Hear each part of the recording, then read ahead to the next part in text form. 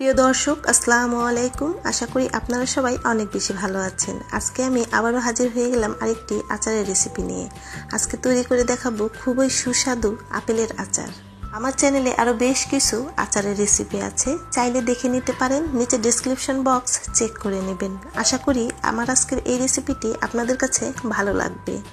ভালো লাগলে চ্যানেলটি সাবস্ক্রাইব করার অনুরোধ রইল। আচার তৈরি করতে যা যা লাগবে: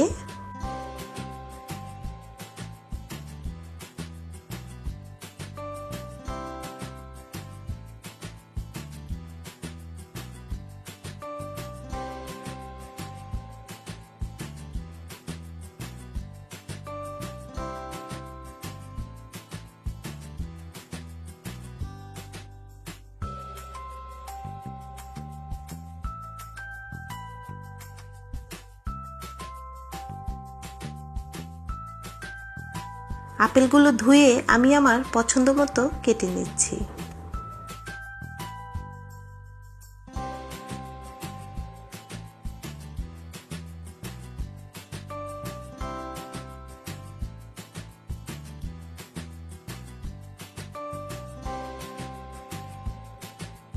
চুলায় একটি প্যানে সরিষার তেল দিয়ে দিচ্ছি, আর দিয়ে দিচ্ছি কেটে রাখা আপেল। এখন নেড়ে চেড়ে 2-3 মিনিটের মতো রান্না করে নিচ্ছি, চুলার আঁচ মিডিয়াম করে।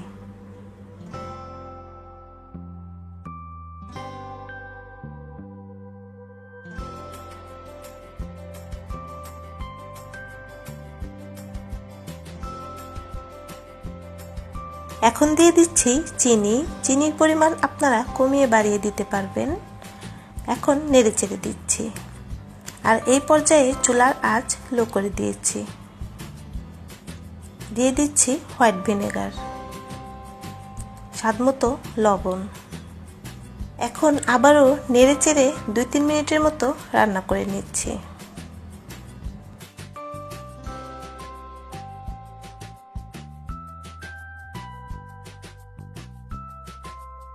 এখন দিয়ে দিচ্ছি তেলে নেওয়া শুকনো মরিচের গুঁড়ো, তবে আপনারা চাইলে রেগুলার লাল মরিচের গুঁড়ো দিতে পারবেন।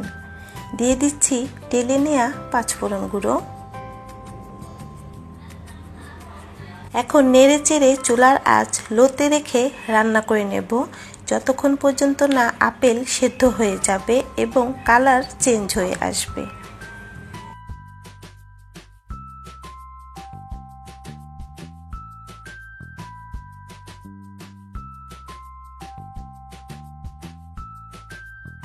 দেখুন, আপেল খুব ভালোভাবে সেদ্ধ হয়ে গিয়েছে। এখন হাতলটা দিয়ে হালকা হাতে থেতো করে দিচ্ছি, এতে করে আপেলের আচার খেতে বেশি মজার হবে।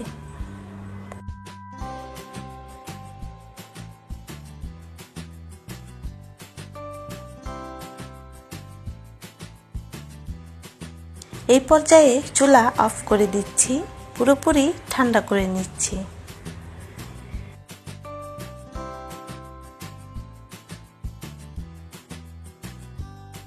দেখুন, ঠান্ডা হবার পর কালার কতটা চেঞ্জ হয়ে গিয়েছে আর দেখতে কতটা লোভনীয় লাগছে। আপনারা চাইলে কাচের জারে ভরে নর্মাল ফ্রিজে সংরক্ষণ করে রেখে দিতে পারবেন। ব্যাস, তৈরি হয়ে গেল অসম্ভব মজার আপেলের আচার। আশা করি রেসিপিটি ভালো লেগেছে।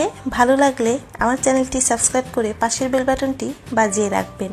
আর হ্যাঁ, ভিডিওতে একটি লাইক দিতে কিন্তু একদমই ভুলবেন না। সবাই অনেক অনেক বেশি ভালো থাকবেন। ইনশাল্লাহ আবারও ফিরে আসবো নতুন কোনো রেসিপি নিয়ে। আল্লাহ হাফেজ।